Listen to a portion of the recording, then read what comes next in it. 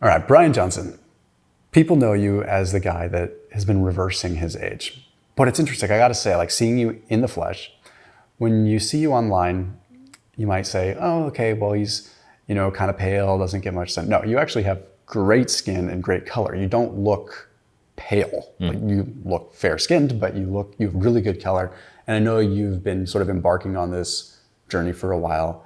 And I want to focus specifically on things that people can do to look younger. Because if I'm not mistaken, like even the wrinkles in the eyes are almost a metric for someone's age, right? That's right, they are.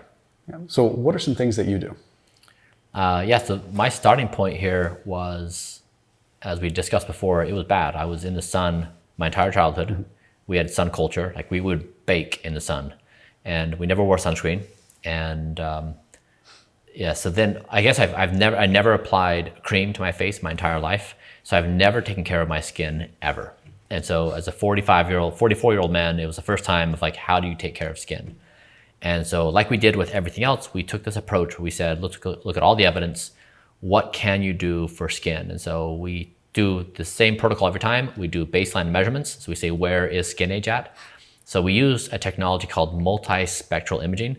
And you put your face in the device and it gives you 10 different biomarkers. It gives you like UV damage, reds, browns, pores. It gives you a full battery. And so when you look at the skin, you can make a rough assessment of skin age quality, but then you put it in here and it gives you an entirely different dimension. And so to put this in context, like I had a surprise birthday party for my son, and he had his 16 and 17-year-old friends here. And we went upstairs and they were all interested in doing their skin age. And so their skin's beautiful, at 15, 16, and they would get in the machine and they would see that they had UV damage equal to like a 50-year-old. They'd grown up in Southern California. In their minds, they had worn sunscreen and they'd taken care of their skin, but very bad damage. So we did multispectral imaging as baseline. We did MERS scores. So we took images of my entire body with a high resolution camera. And we did things like, we measured my AGEs. So we tried to take as many measurements as we could to where I was at, and then we started doing a whole bunch of therapies. And so we've tried technologies like IPL/BBL. We've done laser, radio frequency, thermomechanical ablation, called Tixel, and then we've done a bunch of creams.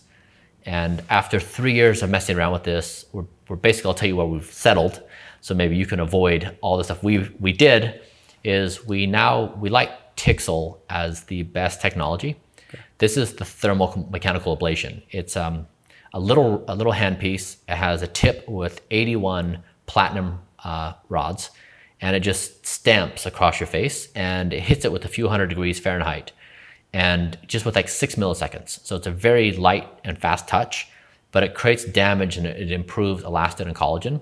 And then we couple that up with exosomes. And so what the Tixel does is it opens up ion channels so that the exosomes can be absorbed. So it opens it up for like a couple hours. And so to do the Tixel paired with exosomes has been our go-to for the skin. And then I recently started using a skin cream called Adipeau, which feeds fat cells. You put it on the skin, you dab it around. And then I've been trying this daily application of exosomes through a company called Elevate. I think it's called Efinity. But that's where we're at now. But we tried to the entire body. We wondered if we could get my body's skin age from these measurement devices to age 18. As we always do. Like sometimes that statement is insane, like there's no possible way, but we always try to get there. And so, we've been at it for a couple of years. We've made a lot of mistakes. We've learned a lot of stuff. And now we have a protocol. I'm sure it's going to change tomorrow, but it's probably the best one we've had yet. What about orally, anything for the skin? Like any supplements, any things that you're eating specifically? Yeah, I think a lot of them. So I think much of the Blueprint diet is conducive for skin health. Yeah. I don't know. I can't think specifically things we do for skin health. I know that we did this like 3 years ago. We put it in place and we just forgot about it. It's been on autopilot. But yeah, I think a good diet, helps out a lot. After today's video, I popped a link down below for Thrive Market.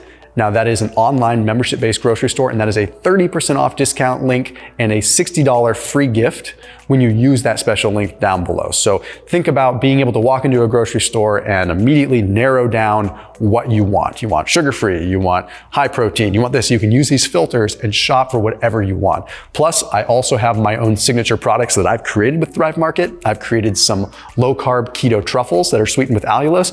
I've created nut butters that are sweetened with allulose, so like these dessert butters. I've linked out to them down below as well. But you can also just go to Thrive Market and you can search for like Thomas DeLauer nut butters or Thomas DeLauer low-carb truffles, whatever.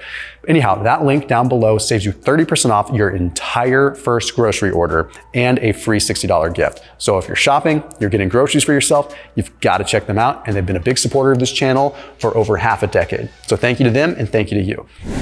I'm curious your take on sunscreens, because if you are going to be out in the sun for a little bit longer than you normally are, do you have rules or specific kinds of sunscreens that you use? Because I would imagine, obviously, you're trying to avoid a certain level of UV, but there's also a lot of crap when it comes down to sunscreens. Yeah. A lot of people, they get upset with me that I don't sun promote. Mm-hmm. They want me to be more in the sun. And the reason why I'm not in the sun more is the sun can cause skin cancer, and it definitely causes skin damage and skin aging. Like, those are known things. And so if there's a benefit of getting sunlight, then try to achieve that objective in hours, morning or night, when you're not going to have the UV damage. But being in the sun, it ages your skin and it's going to increase your chances of cancer. And so that's an easy one. And I think this is like vegan versus carnivore or sun or not. It breaks down to these big tribes, and there's big fights. And like the sun promoting thing of any time is just not good. I try to avoid UV index, anything between roughly 9 to 10 a.m. and 4 to 5 p.m. I try to avoid the sun entirely. Mm-hmm. Or if I'm in the sun, I have an umbrella. And I do wear sunscreen. I use EltaMD. Okay. And some people will look at that, and I think in Europe, they've classified a few of those ingredients as carcinogens. And then when my teams looked at them, they've said, where's the evidence to say that's true? Yeah. So it's been raised, we acknowledge it, we can't find the evidence to correspond with it. Mm-hmm. So, but not to say that's not bad for you. We're trying our best to find the least damaging one, but I understand Europe has better products than US. Well, it all depends on how often are you using this, and is the potential risk of a potential carcinogen, is that going to be a heavier risk than the sun damage? Right. At what point, for the amount of times that you're actually using it? Yeah. If you were slathering it head to toe for multiple applications per day, then maybe let's have this discussion if there was even decent evidence in the first place. Yes. So it's an interesting discussion to have. Yeah, and I showed my daughter, she's 14, and so we've spent, when they were kids, we used to go to the beach a lot and hang out in the sun. This was before I became aware of all these things. And recently, in the past few years, as I've become aware, I've been trying to get the kids, because I've always told them to wear sunscreen. I didn't know enough about it then, but now I put my daughter in that machine and she saw her skin damage. And that was so terrifying to her that she now listens to me for the first time. Before it was always like, Dad, whatever, go away. Mm-hmm. And now it's legit. But once you see your face and you see that damage, it's very hard to not think twice about spending a lot of time in the sun. I read something a while ago that I thought was pretty interesting when we were looking at I can't remember what the technology is called, to essentially measure the creases in your eyes. And actually it's one way of looking at biological age, right? It's probably the lowest hanging fruit that's accessible as far as just being able to look. And there's AI software now that can look at just a picture of your eye and basically tell you a biological age of, which I don't know how accurate it is, but it's probably somewhat accurate. Yeah. And that was the first time it occurred to me that it makes sense from a biological, even reproductive standpoint, that's where you would recognize age. If I was looking at someone and the goal was to reproduce, and I was like, oh, that person's too old to procreate. Yeah. So of course you would see it in the face. And it's interesting. You see these pictures of people 25 versus 50, and you notice things like, okay, the brow obviously starts to droop, the nose starts to droop, that collagen formation changes, all these things. Yeah. And you're like, okay, this isn't just life. There are things that you can do. Why do some people cosmetically age faster or slower than others? And more often than not, it is lifestyle. I'm sure genetics play a role. Yeah. But what about any peptides for skin? Have you messed around with like melanotan? Have you looked at like GHK copper peptide for the skin or anything like that? We just started using OneSkin. They've got a peptide. Yeah, so it's a company, they went through like 100 or so peptides, and they try to go through the process of quantifying to find a peptide. So we just started using their product. I think it's oneskin.com. Interesting. Do you happen to know what's in it? I've never heard of it. So I don't. I read it. I don't remember now. Yeah. We just like a week ago we started it. Injection based or topical? Just topical. Interesting. Yeah. That's really cool. Yeah, because I know, it's funny. Have you heard of GHK copper? Yes. Peptide? I took GHK copper peptide along with BPC and TB500, and because, again, it was all for recovery based, and I noticed within about a week, my body hair started growing really fast. Yeah. And that wasn't why I had really looked into it in the first place. It was prescribed to me because it was much more for the tissue healing effects, because I was just dealing with some shoulder stuff and a low back issue. And I'm like, okay, I'm going through the literature. And I'm like, okay, this is actually the bigger piece of what it is. Because you look at these, there's a lot of topical cosmetics that use copper peptide, in different creams and whatnot. I'm like, okay, this makes sense now. You're essentially, helping, stem cells in the hair follicle. You're also helping, various forms of collagen production. So I wasn't sure if you had used GHK at all, for the skin with that. Not yet.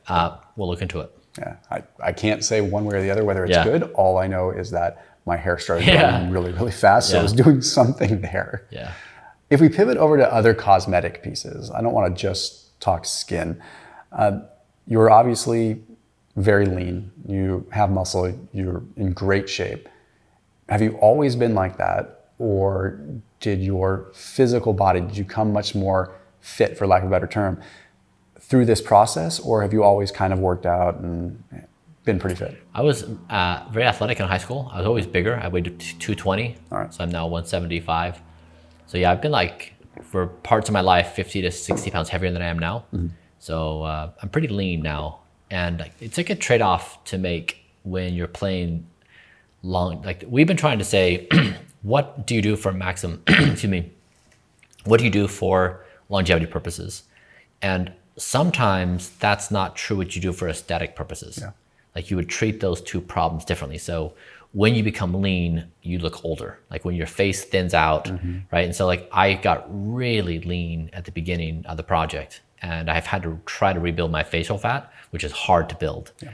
And so they're different games to play. And when I started this, it was like this scientific exploration. Nobody knew what I was doing. I was just doing my thing, and then it blew up. And then all of a sudden I got all these eyeballs of people like, but wait a second, I don't understand. My eyes can't tell me. And so we've had to figure out ways to how to convey this, but we've also had to think about it from like all these angles, that if we want to build an effort around longevity, it needs to satisfy cosmetic as well. Like people are not going to give up cosmetic. Very few are going to give up cosmetic for longevity. It's just too important to most people. And so, yeah, we've really been trying to find the trade-off spaces of where you do it. And so, for example, like I started off with 20% caloric restriction. I was at 1750 calories a day, and now I'm up to 2250. And we did that, and we saw my speed of aging was about the same. Our markers did the same. So I didn't need to be in that big of a caloric deficit. So we've made some adjustments to say you can do things that are aesthetically potentially better and not suffer on longevity. So have you found with that like an ideal, say, body fat percentage to be at? Or is it really just coming down to, hey, if I eat in this caloric range, this is where the chips lie, and it is what it is? Yeah. I've been trying to find the right combination where you address face fat and sleep. Because if I start increasing my caloric intake, it's going to increase my resting heart rate, which then negatively affects my sleep. And maybe there's some adaptation time period there. But yeah, like you're trying to play within all the markers to say, like when you weigh more, your VO2 max goes down. And when you weigh more, face fat goes up, but then, so you have all these different trade-offs. And we've been trying to find the right place to land when trying to accommodate dozens of markers. It's hard. Well, I mean, clearly you work out. So I'm curious, what do your workouts look like? Or are they ever changing? Are you doing things to address, VO2 max as well as a little bit of this, since obviously the longevity markers are like all over the place when it comes down to specific styles of training? Yeah. Like what do your workout routine look like? I try to flex and stretch every muscle in my body every day. And that's worked out for me pretty well, where I don't take rest days, or I haven't been taking rest days. I'll do one day that's more intense than the next day, but the next will be pretty chill. But I'm in the gym every single day. On the rest days, I'm doing more stretch and low-key stuff. But I'll do weights, I'll do VO2 max training for both. I'll do high intensity and I'll do zone 2 for like 30, 45 minutes. And then I do a lot of stretching. And then on the weekends, I play with friends, basketball, various sports, but it's basically weights, cardio, and stretching as my workout. Do you ever mess around with any like BFR, like blood flow restriction training or anything like that? I haven't. You may want to check that out because that's something I'm extremely hot on it. It's where are you familiar with it at all? No. Yeah, so it's where and for someone that kind of geeks out on the data, I think you'll really like it. You're actually temporarily blocking or you're allowing for arterial flow, but blocking some of the venous return, but you're doing it in a very strategic way where you are blocking using these cuffs, not like the typical, but it's, like a Katsu or a Delphi unit, which, you really should get the good ones when you do it, because you don't want to just cinch it up, because it's actually measuring your limb occlusion pressure, your LOP. So using a Doppler ultrasound, it looks at what the exact, basically 100% rate of occlusion is. Like at what point are you completely blocking off venous return? And then you go down to, at the max, 80% of that. Now the newer devices do that automatically. Well, they'll measure the pressure. Here's 100% occlusion. Let's back it down to 80 or back it down to 60. What's interesting about it is it allows you to produce lactate, which is essentially not literally what's giving you the burn, but when you get that burn when you're exercising, that burn is hydrogen ions that's causing that burn. And then lactate is produced as a result of that, right? So it's not the lactate that's actually making you burn. But that lactate is also the signaling device that allows for the repair, the recovery, in many cases the hypertrophy, but mainly just the actual adaptation to occur and the growth. You can have that happen without the necessary evil and stress and time under load to get there in the first place. So if it takes you, this purely hypothetical, but say it takes you 20 reps to get to that burn, you can put these cuffs on and you can get there in 7 with a decreased load, right? So you're getting this lactate effect that is all the signaling effect with just significantly reduced stress on the body. So when I'm going through rehab situations, or it's commonly used there, because you're also having a blood flow benefit and an analgesic effect, because when you're trapping venous return, you actually get so that's really cool. But I think you should look into that, because it might be something that you find just from the brain benefit alone, because they're measuring brain lactate in a lot of different cognitive decline studies. We're saying, okay, well, when you have diminishing levels of lactate, brain function starts to go down, and that happens with age. And then one of the quickest ways to produce more lactate is obviously by exercising, but you can't take like a geriatric population and put them to their lactate threshold, because they'll die, or they'll cause so much stress on their body. It's the opposite. So what do? Okay, when geriatric populations, BFR, get their lactate levels up. So from a longevity perspective, like I'm so bullish on it. The hardest part that we have to deal with it is that you're going to have a bunch of people that don't know what they're doing, cinching themselves up, and then you're risking collapsing valves and all kinds of stuff. I just imagined like in a retirement community, of like someone's dead and they come in and like Jerry's there and he's like, I was trying to help him make more lactate, like had him by the throat. And Exactly. Right? I don't know what happened. It is a real thing. Like, if you go to, I don't go to big box gyms very often because it's just not my speed, but almost every time I've gone, I've seen at least one person that's got like the cheap Amazon cuffs that are just like bungees. Yeah. And I resist the urge to say something because I don't want to be that guy at all. But I mean, like that's a great way to, there's no scientific rigor to that practice whatsoever if you're doing it like that. It definitely, I can't encourage people that are watching, like you have to do it right, and or do it with, at least either do it with someone that knows what they're doing, or use a device that measures the occlusion for you. Yeah, don't try this at home. Yeah, but it's fascinating stuff. I did it with Gary Brecka on a couple weeks ago, and I put him through his first one, and he was like, "What the heck? 10 minutes and our workout's done," and I'm like, feel roasted like I was working out for an hour. It's pretty cool. And so, what do you measure for efficacy? So with that, if you wanted to actually use like a precision extra and actually measure your lactate levels with that, that would be one of the main things. Yeah. Is that a venous draw, or can you measure it through a finger prick? Yeah, you can do a finger prick. Yeah. I mean, there's lots of ways. A finger prick is pretty accurate, but I always recommend when you're testing lactate, if you haven't tested it before via finger prick, test it 3 times and look at your average. Because it's, especially when you're working out and if you're doing BFR and you've just trapped venous return, although the most accurate reading would be like right after you take the cuff off, you also have to realize that you have a massive like surge of recycled blood that's coming through there. So like the levels are going to be cattywampus. So you're better off just like taking the cuff off, letting your arm hang down for a minute or two, and then taking your reading. Even though it's going to be exponentially higher and probably more accurate, just know that the reading that you get, it's probably a decent percentage higher. Yeah. And then as far as the other markers are just more objective. You definitely notice, decreases in pain. When I look at like my creatine kinase levels, so if I were to say, that's one marker you can look at. If I were to go and I were to do a CrossFit style Metcon, or let's just say something that's more practical, is you would never do a Metcon with BFR bands. Yeah. That would be totally asinine. Yeah. And it would look really funny.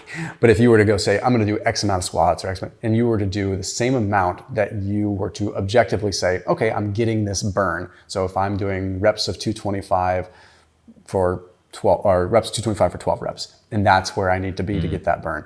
Objectively, if I throw those cuffs on and I can decrease the load down to 135 and do 12 reps and get the same objective feel, and then I go measure my creatine kinase levels and they're half of what they are the day after, that means, because creatine kinase is a great indicator of just your muscle breakdown, right? Like it's going to happen in any athlete. Your CK levels are going to elevate. If you take someone that just ran a marathon and you measure their CK, they might be over 1,000 right after that. And you really want to see like where you go in the hours following exercise or the days following exercise. Because like if you look at like rhabdomyolysis, like when someone is doing, you ever heard of rhabdo before? Yeah. I mean, that's typically they're looking at CK, they're looking at these huge levels of creatinine and creatine kinase, like being astronomically high, so much to the point where the kidneys can't really handle things. It's much more in depth than that. So that's an indicator of your ability to really process this level of exercise that you're doing at a very like core level. So that would be one somewhat objective but data-driven marker. And then the other ones are all much more just how you feel. So they're very much subjective in that case. So if there was one thing that people could do, like first and foremost, when it comes down to their cosmetics, what would you tell them to do? The basics. Wash your face morning, night. Use a cream. We haven't had a lot of success with creams that actually move the needle, but just having a moisturized skin is just healthy. And then avoid excessive sun. When you are in the sun, protect yourself, either through an umbrella, a hat, or sunscreen.